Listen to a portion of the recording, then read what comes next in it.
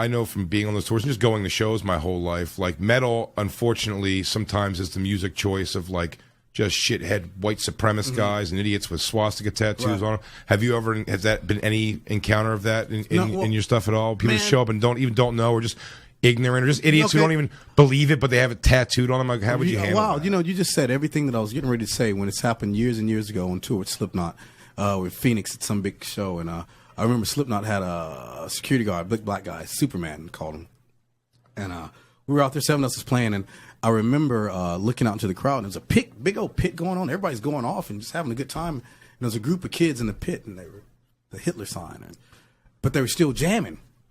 And I remember being like, wow, this is confusing to me, that you're having a good time, but you're racist. I don't understand it. And I kind of stopped, and I remember saying, I have no room or time for ignorance, and I feel like that these kids are ignorant when you're having a good time here, but you're still doing this, but you're jamming and singing the lyrics to the song.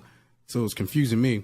And I remember Batman being like, I'm going to go take care of these kids in the pit. And this brother's 7 foot tall. He couldn't wait for this situation. He's been training his whole life for this moment. So all of a sudden, we're still jamming, right? And these kids are still in the pit and shooting birds, and they're still taking out people. And I remember seeing Batman go into that pit, and he was jamming with everybody, but every time he passed one of those kids that happened to be doing a Nazi symbol, give him a shot. But he would do this right before, and he'd go, I'm Batman. There were people, Superman. There were people falling out. It was awesome to see that whole negative energy get swamped out immediately by this guy that just kind of went around the pit and picked, that one right there too. Oh, he's out of here.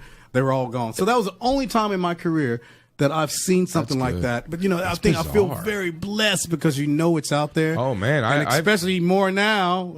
I had them come after me because I saw them in the pit when I was doing comedy on that was Manfest 2010, and not really realizing. I went at them hard. They were and I think my last thing I said. There's some video on it of YouTube, but I was like, hey, later on when you guys are beating up some gay kid because you can't rationalize in your brain that you think you want to fuck him, I go, you're going to think of? And I was like, wow.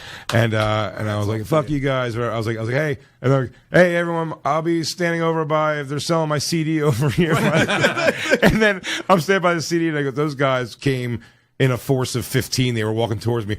And I'm trying to, I'm trying to get that little bit. I was like, from Philly, man, I'll fuck these guys. And as they're just getting closer and closer, I describe it as security jumped in when they got about 3 feet from me having to turn around and go the other way. I was 15 of them. I was like, what's up, pussies? And I'm like, somebody's gonna stop these guys, right? Yeah, whatever you fucking pussies say.